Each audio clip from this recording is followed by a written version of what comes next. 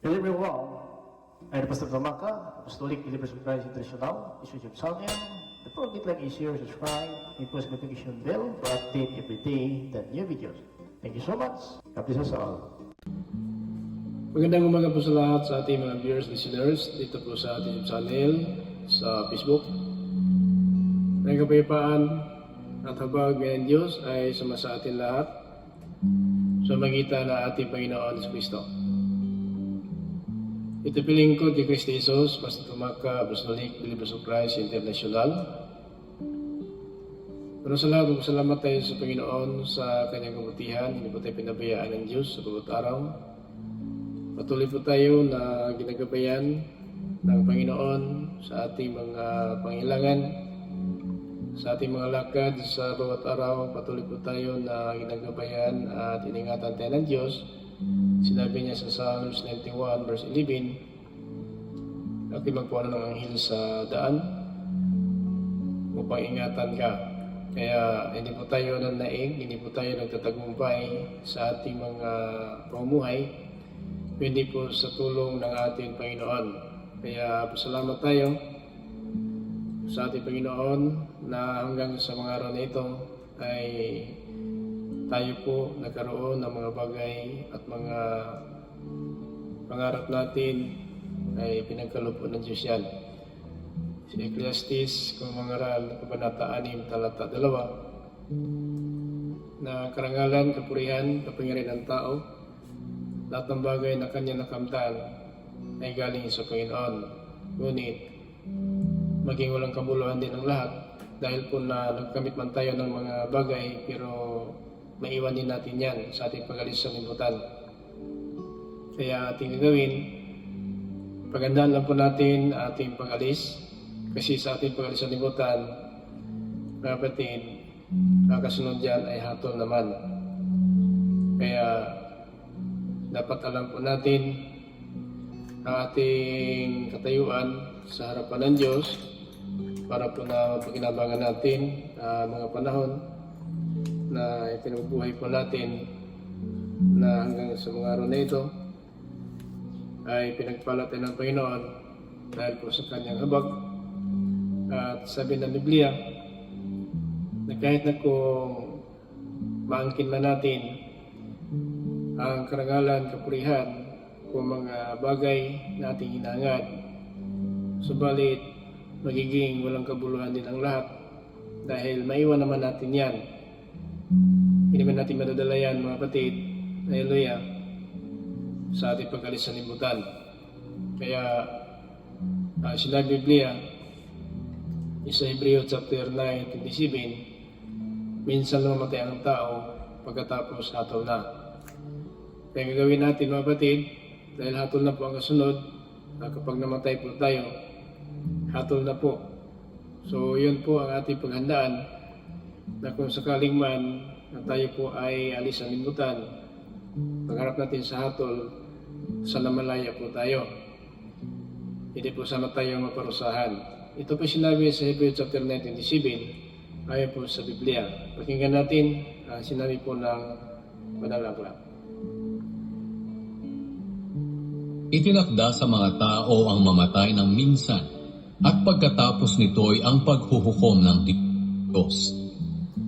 So, tinatakda sa mga tao ang mamatay ng minsan at pagkatapos nito ay ang paghukom ng Diyos. Na mga kapatid, siguro anuman ang nakamta natin ngayon, galing po sa Panginoon yan. At tanda po natin, maging walang kabuluhan ang lahat ng bagay kahit anong ating nakamtan. Dito mga kapatid sa Ecclesiastes, kung mangaral, Kabanata 6, Talata 2-3, pakinggan po natin. May mga taong binibigyan ng Diyos ng kanilang mga hinahangad, tulad ng karangalan, ari-arian at kayamanan. Pero hindi niya hinahayaang pakinabangan nila ito.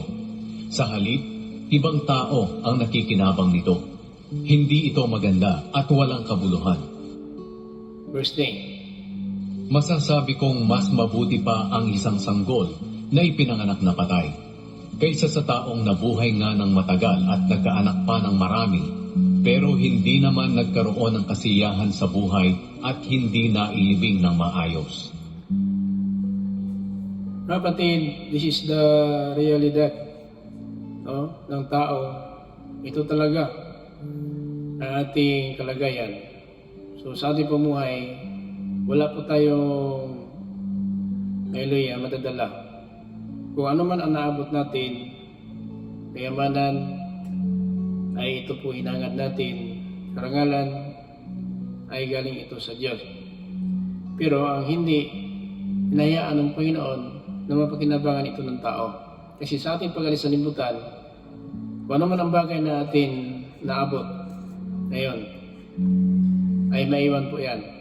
Walang madala po natin.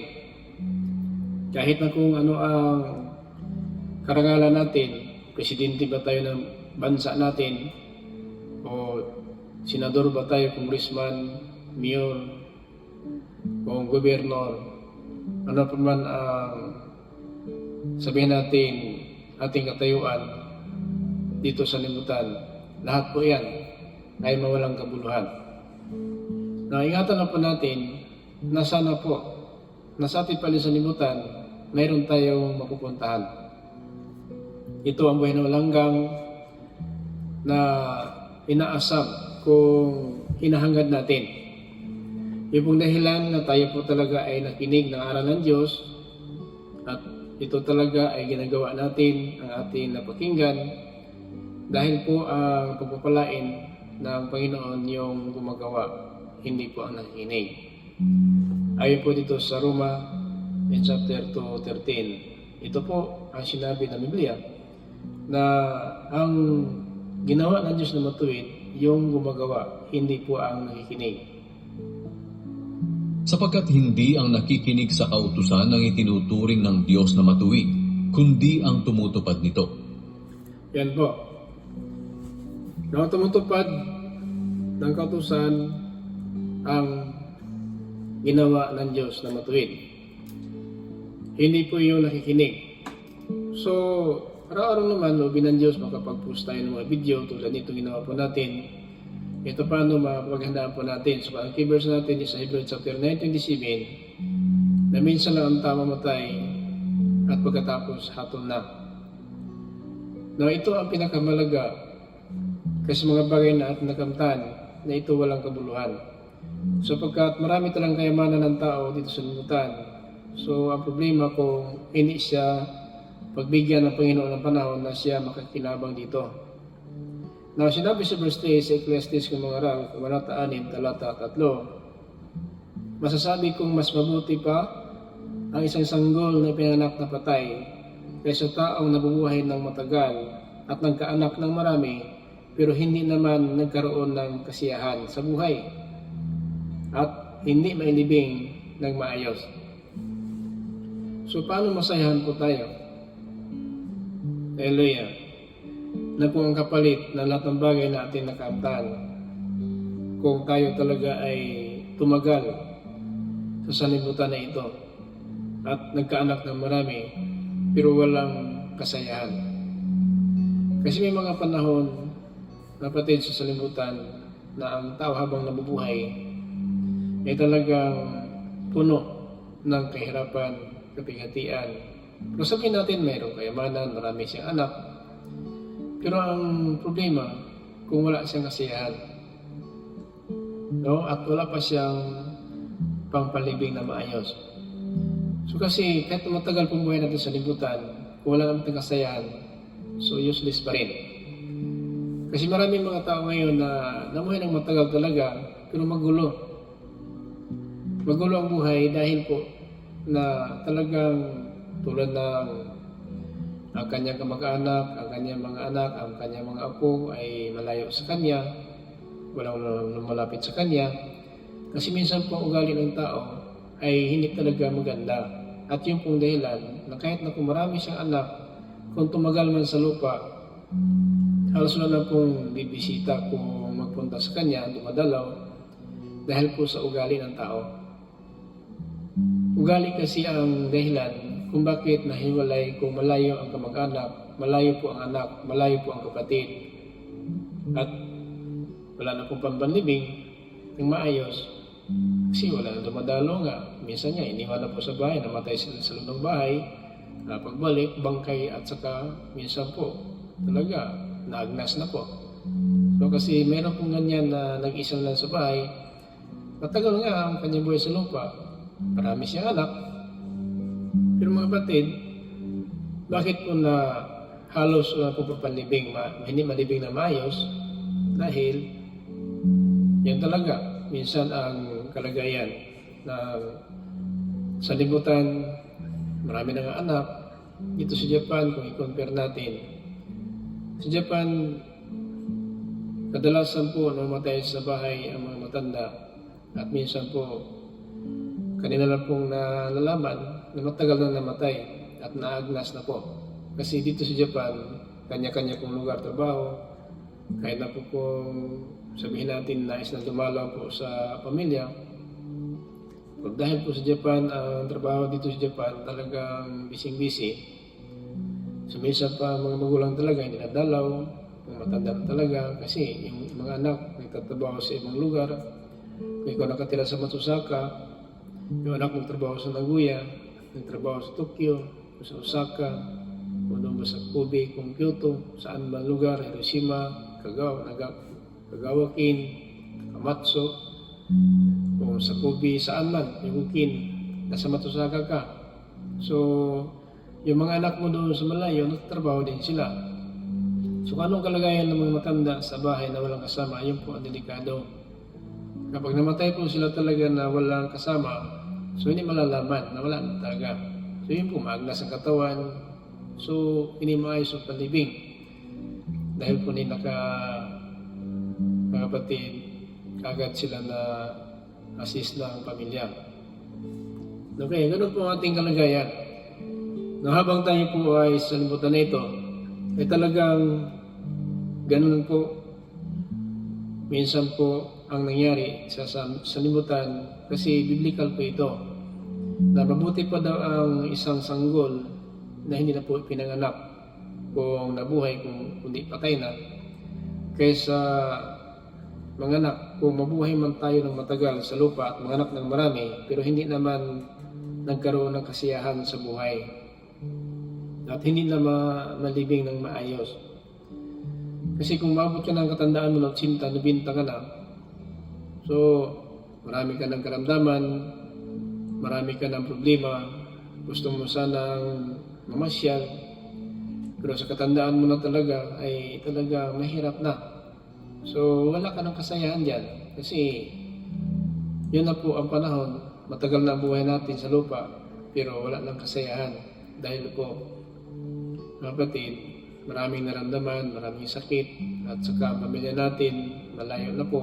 So yun po ang dahilan, wala kang kasayahan at wala pa, hindi pa nalibing ng maayos.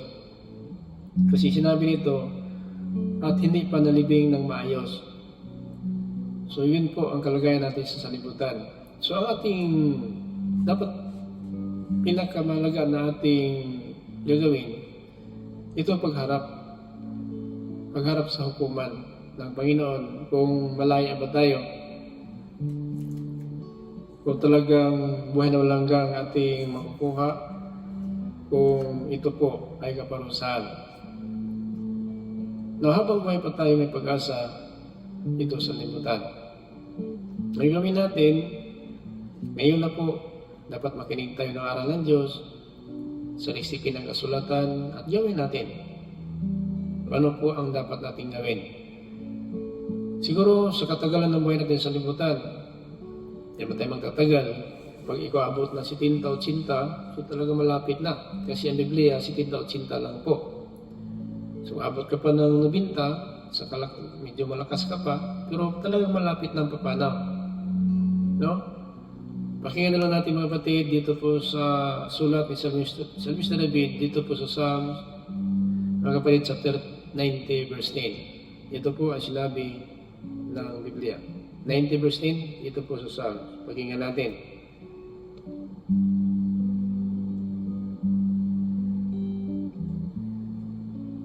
Ang buhay namin ay hanggang 70 taon lang, o kung malakas pa ay aabot ng 80 taon. Ngunit kahit ang aming pinakamagandang mga taon ay puno ng paghihirap at kaguluhan, talagang hindi magtatagal ang buhay namin at kami ay mawawala. Yan po ha. Minsan mabuti ng tsinta magulo. Bakit? Sa ating bansa, hindi mo maintindihan ang pagpamalakad ng gobyerno. Magulo ang pamumuhay, maraming problema. No? So kahit na po kung nasayan tayo, Lord, salamat sa 80 years. Lord, salamat sa 85 years. Lord, salamat sa 90 years. Oh, nasayan tayo, buhay po tayo. Pero magulo na po. At malapit na di pa paano. Malapit na. 70 o 80. So ibig sabihin, kung ang maximum 70, kung malakas ka pa 80, kung malakas ka pa sa 80, mag-90 ka pa. Ayaw po sa lakas. Ang buhay namin ay hanggang 70 taon lang, o kung malakas pa ay aabot ng 80 taon. Kung malakas pa, kasi 70 maximum. Kung malakas ka pa 80. O kung malakas ka pa sa 80, abot pa ka ng 90. Kung malakas ka pa sa 90, abot ka pa ng 100. Diba? So gano'n lang po. Pero abot tayo ng maximum 70. So kung malakas ka pa 80, malakas ka pa 90, ang problema, puno na ng kahirapan. Ngunit kahit ang aming pinakamagandang mga taon ay puno ng paghihirap at kaguluhan. So, diba Lord, salamat sa 80 Lord. Kasi gusto pa natin makita ating mga apo, makita pa natin pamilya natin, masaya po sila. Nakita ko po na po tayo, pero napakaganda tingnan po ang mga apo natin, masaya din sila. Kaya lang, may kasamang kaguluhan. Digmaan sa Ukraine, digmaan sa Russia, digmaan sa Israel, Hamas, Gaza ko, Lebanon, o US, o Iran, marami pang kaguluhan. Totoo nga. Pero, ang mga balita sa TV, social media, kung tingnan mo, magulo. Buhay pa nga tayo. Nagpasalamat sa Panginoon na abutin na 80, tugad with the glory. Bakit? Kung 80 ka na, makita pa yung apo mo. O kung apo sa tuhod, nakita mo pa yun. Kung abot ka ng 90, so masaya ka talaga. Sinrili nga. No, umabot na 99 na ngayon. O, di ba? So, isang taon na lang, mag 100 years century na po ang kanyang buhay. So, dahil po sa lakas. So, kahit na po, sabihin natin, kaya nga sabi ng Banal na Aklat, may tanong ni Propeta Jeremias sa Panginoon, kung bakit po umunlad ang masama. Kahit masama umunlad. Kasi ang Panginoon talaga mapagbigay. So, ito po ang sinabi Biblia sa Jeremiah chapter 12 verse 1. Ang sabi ni Jeremias, may tanong lang ako, Panginoon. 12 kabanata. Panginoon, kapag nagrereklamo po ako sa inyo, palaging makatarungan ang tugon ninyo. Pero ngayon may tanong po ako tungkol sa katarungan nyo. Bakit po umuunlad ang masasamang tao? Bakit po mapayapa ang buhay ng mga taong taksil sa inyo? Diba? So kahit na po masamang tao, maunlad, pinagpala ng Diyos. Kaya si Propeta Jeremias nagtanong po siya, bakit yung masamang tao taksil sa iyo? Bakit maunlad ang buhay, mga masamang tao? Kasi ang Panginoon talaga mapagbigay. Kahit masama naman sila, so hindi sabihin na masama, pinabayaan ng Diyos. Meron lang pong kaibahan sa matuwid sa masama. Sa araw ng paghatol, talagang masama, papunta talaga sa impyerno. Pero sa pagpapala, kahit masama sila, may pagkain, may damit, may lakas, may hininga, no? May negosyo. Kahit masama po sila sa Panginoon, nagnegosyo pa rin sila. Meron po kanilang mga sasakyan. Maging mayaman talaga. Kaya tinanong po ni Propeta Jeremias sa Panginoon. 12 kabanata. Panginoon, kapag nagrereklamo po ako sa inyo, palaging makatarungan ang tugon ninyo. Pero ngayon may tanong po ako tungkol sa katarungan nyo. Bakit po umuunlad ang masasamang tao? Umuunlad ang masasamang tao. Kasi hindi man sinasabi na masama siya, hatulan natin. Kasi may mga tao masama na ngayon matuwid na naman. So kahit sabihin natin masama, hindi ito masama, pinabayaan ng Diyos. Kasi kahit masama sila, pumatay, kiapid, nakinisdiyusan, mga bayat, mga tumbid, mga tungayaw, nagalasing, mga sakit, mga mandarambong, pero buhay pa rin sila. Pinagpala. Kaya alam, masama pumuhay nila. Kaya may mga korupsyon, no? Bakit may korupsyon? Kasi yun talaga. Kaya, yung mayaman silang korupsyon. Masama sa Panginoon yan. Pero talagang naging mayaman sila sa korupsyon. Bilyon-bilyon ang pira na galing po sa panganakaw ng kaban ng bayan, kung ano ba, kaban ng pamilya, o sa bangko, nag-hold up. Pero kahit na po, nag-hold up sila, masama talaga yung mga ginawa nila, mayaman pa rin kasi big timer po sila, nag-hold up nga.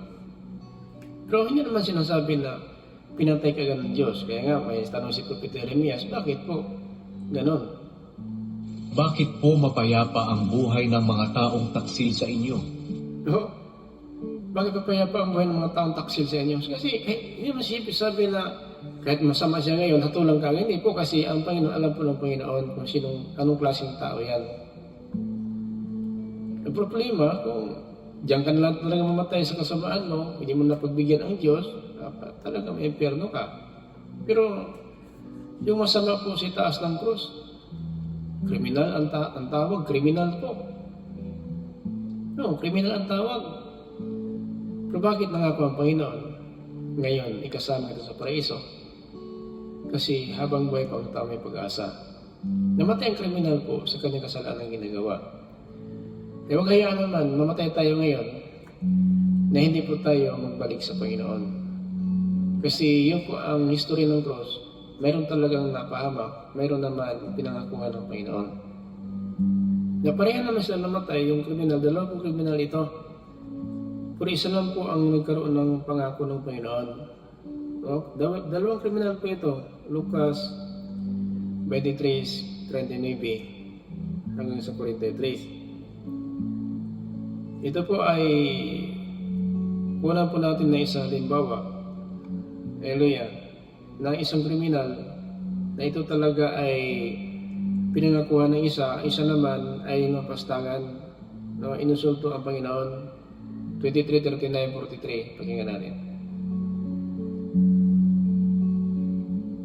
Ininsulto rin si Jesus ng isa sa mga kriminal sa tabi niya. Hindi ba ikaw ang Kristo? Iligtas mo ang sarili mo, pati na kami. So yun po ang ginawa ng isang kriminal, insulto. Masama po yung insulto, masama. Yung mga kapatid. So, yung kanyang kasamaan, tanda po natin, sila napako sa cross sa kanilang pagiging kriminal. So bakit napako? Dahil sila kriminal.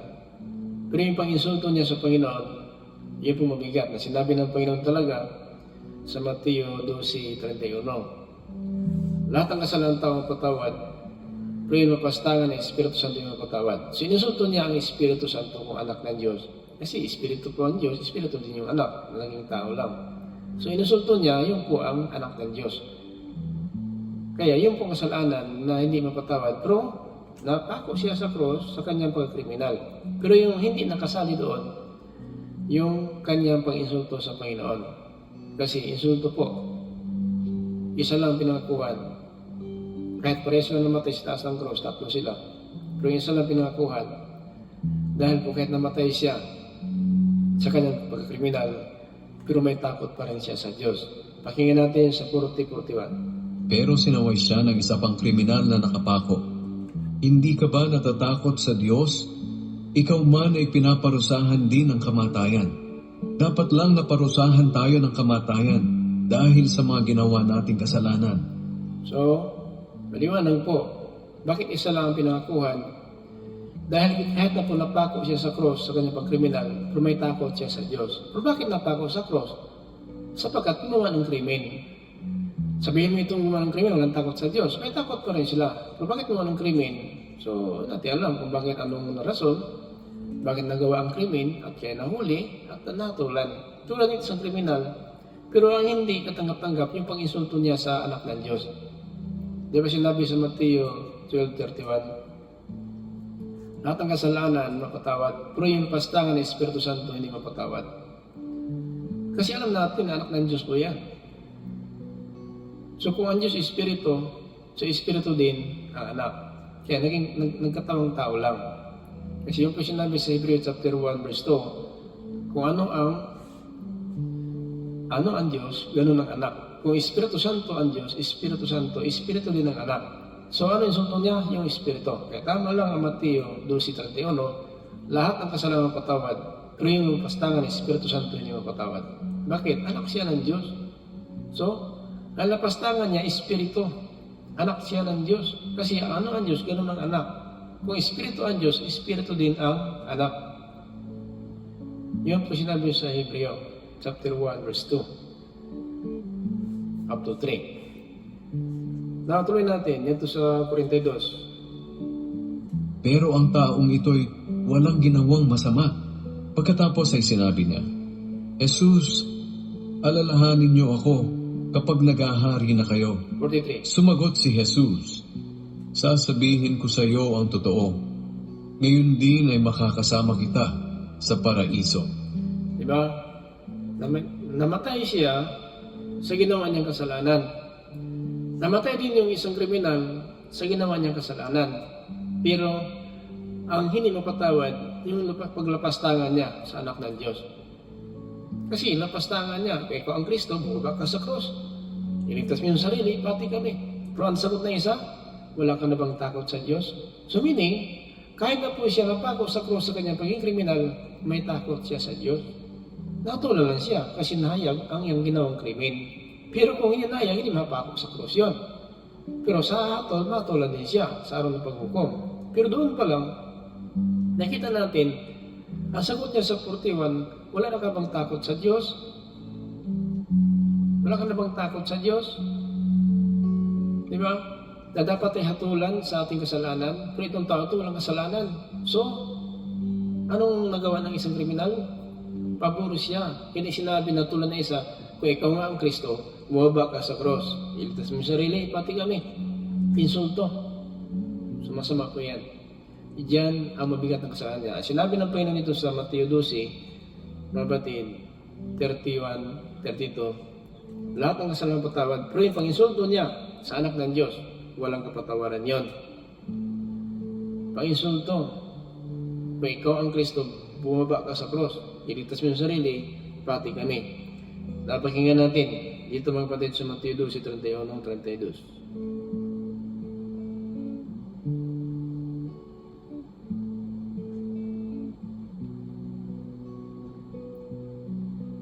Pakinggan natin.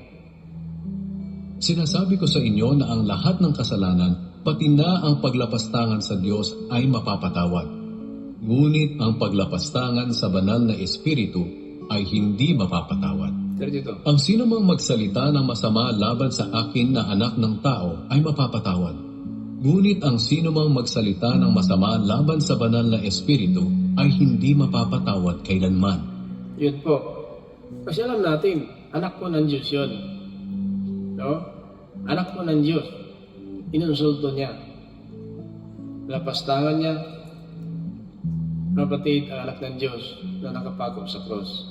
So yan nga, hindi siya talagang isa lang pinangakuha ng Panginoon kasi yung isa may takot, pero siya lapastangan. Lapastangan po. Yun po ang nangyari sa isang kriminal. No, sa atin ngayon, ano ba talaga ang ating gagawin? Kasi itong salita ng Diyos, ito po yung napakinggan natin. Kung ito po ay baliwalain natin, yan ang mabigat ng kasalanan.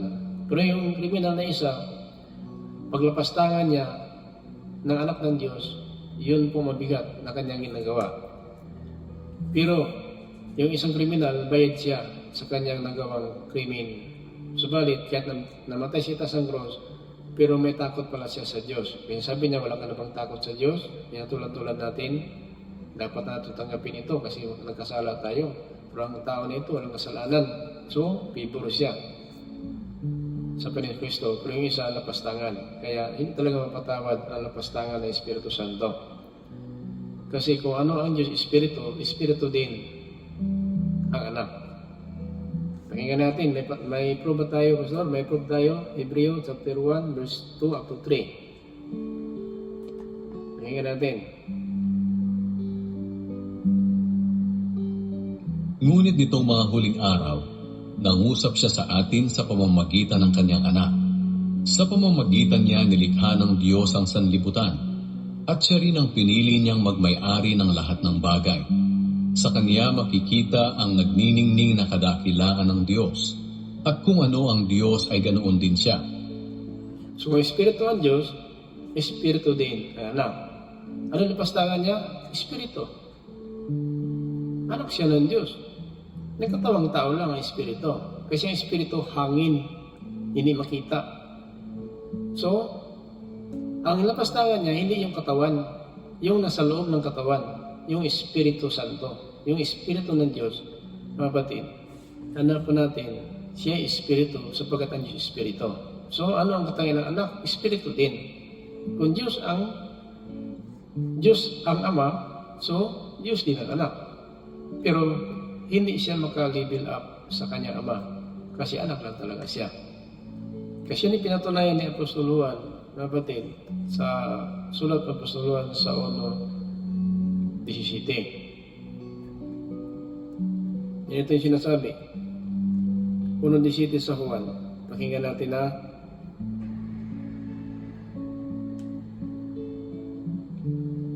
Ibinigay sa atin ng Diyos ang kautusan sa pamamagitan ni Moises, ngunit ang biyaya at katotohanan ay napa sa atin sa pamamagitan ni Hesukristo. 18. Wala pang nakakita sa Diyos Ama kahit kailan, ngunit ipinakilala siya sa atin ng kanyang bugtong na anak, na Diyos din nga at kapiling ng Ama. Anong anak? Diyos din nga. So, kung Diyos ang Ama, Diyos ang anak. Pero may makapangyarihan na Diyos, iisang Diyos na Almighty God, the Father. Na kung Diyos ang Ama, Diyos din ang anak. Pero hindi siya level sa kapangyarihan. Kasi ang Ama is the Almighty God, the Father. Siya ang makapangyarihan sa lahat ng Ama. Ang anak, ginawa lang siya ng Ama. So yun po. Pero kung sabihin natin, Diyos ba si Kristo? Diyos din siya. Kasi kung ano ang Ama, ganoon ang anak. Kung Diyos ang Ama, Diyos ang anak. Pero sa katangian nila, hindi siya overpower sa Ama. Kasi ang Ama mas kapangyarihan sa Kanya. Mas nakila pa sa Kanya ang Ama. Yun po ang ibig sabihin. So kaya, ito ay dapat malaman natin na ang kasalanan ng tao na pinaka-immortal sin, itong lapastangan na Espiritu. No? Ito po mga kapatid, kung baliwalin natin ang salita ng Diyos, kasi nang umakyat ang Panginoon, ang nagturo sa atin ng Espiritu Santo na. Ito na po ang kapalit niya nang umakyat sa langit, dito sa lupa ang Espiritu Santo. No? Kasi ang sabi niya, pag ako'y maakyat na, ang Espiritu ipadala ng aking Ama na kapalit ko. So ito na ngayon kung napastangan natin itong salita ng Diyos na pinapangarap po natin, so yun po, delikado po ang katayuan natin. Kaya huwag natin napastangan, no, ang Espiritu Santo. Ito po ang salita ng Diyos kasi ang salita ay Espiritu. At itong Espiritu ng Diyos nakaukit sa puso natin, itong salita. Kasi ang Espiritu ng Diyos nakaukit sa puso natin. So, ang napastangan natin ang Espiritu Santo, Espiritu ng Diyos napastangan ng Espiritu Santo itong salita ngayon na ating napakinggan. Kung ito po, baliwalay natin, itong hatol natin sa huling araw ang salita ng Diyos. Isa John in chapter 12:48. Pakinggan natin. Itong hatol natin ng salita na ito tinatawag Espiritu ng Diyos na nakaukit sa puso natin. Now, 48, chapter 12, dito po sa John. May ibang hahatol sa ayaw tumanggap sa akin at sa aking mga aral. Ang mga salitang ipinangaral ko ang hahatol sa kanila sa huling araw. Diba? Kasi ang salita, Espiritu ng Diyos. So, ito mabigat na parusa natin. Na kung sa bawat araw natin pamuhay, baliwalain natin itong salita ng Diyos. Ito po ang walang kapatawaran hanggang magpakilanman, hanggang sa pangulang buhay. Yung lapastanan. Kasi ang Espiritu ng Diyos, nakaukit sa puso natin. Nakakit sa puso natin, di ba ang salita ng Diyos? Yan po ang sabi sa Apostol Pablo, Espiritu ng Diyos, nakaukit sa puso. So tama si Sabi na David, ang iyong salita o Diyos, iningatan ko sa aking puso. In Psalms 119:11. So meaning, si Apostol Pablo, ang Espiritu ng Diyos, nakaukit sa puso ninyo. Ito ang salita ng Diyos ngayon. Kung ito po, baliwalain natin, lapastangan sa Espiritu Santo, walang kapatawaran magmula ngayon hanggang sa araw na darating. Si mabigat na parusa, kapatid, sa mga tao na hindi nagpahalaga po ng salita ng Diyos hanggang sa mga araw nito. Tanda po ng keepers natin, minsan ang tao matay pagkatapos hatol na. Sa Hebreo, in chapter 9, verse 27. So, ingat lang po tayo mga kapatid, so pagkatayo ng Diyos talaga mapamang ang tao, ayan po sa Biblia, ang sabi po sa 2 Peter, in chapter 3, verse 9, na ang Panginoon pinipabaya po ng pangako niya ayon sa akala natin. Nagpakumbaba lang ang Diyos, walang isang matulan sana ng parusa. Hindi nagpapabaya ang Panginoon sa pagtupad sa pangako niya, gaya ng inaakala ng ilan. Ang totoo, binibigyan lang niya ng pagkakataong magsisi ang lahat sa mga kasalanan nila, dahil ayaw niyang mapahamak ang sinuman. Ayan po ang plano ng Diyos. Pero mapahamak talaga tayo kung itong salita ngayon natin napakinggan ay hindi natin gagawin. Kaya nga, hindi lang tumatawag sa Panginoon maliligtas. 7:21 dito po sa Mateo. Marami ang tumatawag sa akin ng Panginoon, pero hindi ito nangangahulugan na makakapasok sila sa kaharian ng langit. Ang mga tao lang na sumusunod sa kalooban ng aking amang nasa langit ang mapapabilang sa kanyang kaharian. Tama. Kaya kung itong napakinggan natin na ito sinabi sa Pablo, Espiritu ng Diyos, nakaukit sa puso natin, kung baliwalain natin ito ang hatol natin. Ang salita ng Diyos, kapatid, na ayon po sa John 12:48. Napakinggan natin sa 2 Corinthians chapter 3, verse 3, dito magtapos, kapatid. Malinaw na ang buhay ninyo ay parang isang sulat mula kay Kristo na isinulat sa pamamagitan namin. At hindi tinta ang ginamit sa sulat na ito, kundi ang Espiritu ng Diyos na buhay. At hindi rin ito isinulat sa malapad na mga bato, kundi sa puso ng mga tao. Nasasabi namin ang mga ito dahil sa mga ginagawa ni Kristo sa pamamagitan namin. Maliwanag mga kapatid, ang Espiritu ng Diyos nakaukit sa puso ng mga tao. Yun, kung lapastangan natin ang salita ng Diyos ngayon na pakinggan natin, kaya nga, hindi lahat ng tumatawag sa akin, Panginoon, ay makapasok sa langit, yung tumutupad lang ng kalooban ng aking Ama na sa langit. So maliwanag po Biblia, patunay po dyan, kapatid, sa Mateo 7:20. Salamat po sa lahat mga verse natin, listeners, dito po sa YouTube channel, Facebook, naway kapayapaan at habag, biyaya ng Diyos ay suma sa atin lahat sa magitan ng ating Panginoon Kristo. Ito po yung lingkod kay Kristo Jesus, Pastor Tumaka Apostolic, Believers of Christ International. Mentioning to us, grace, mercy, and peace be with us, Jesus Christ.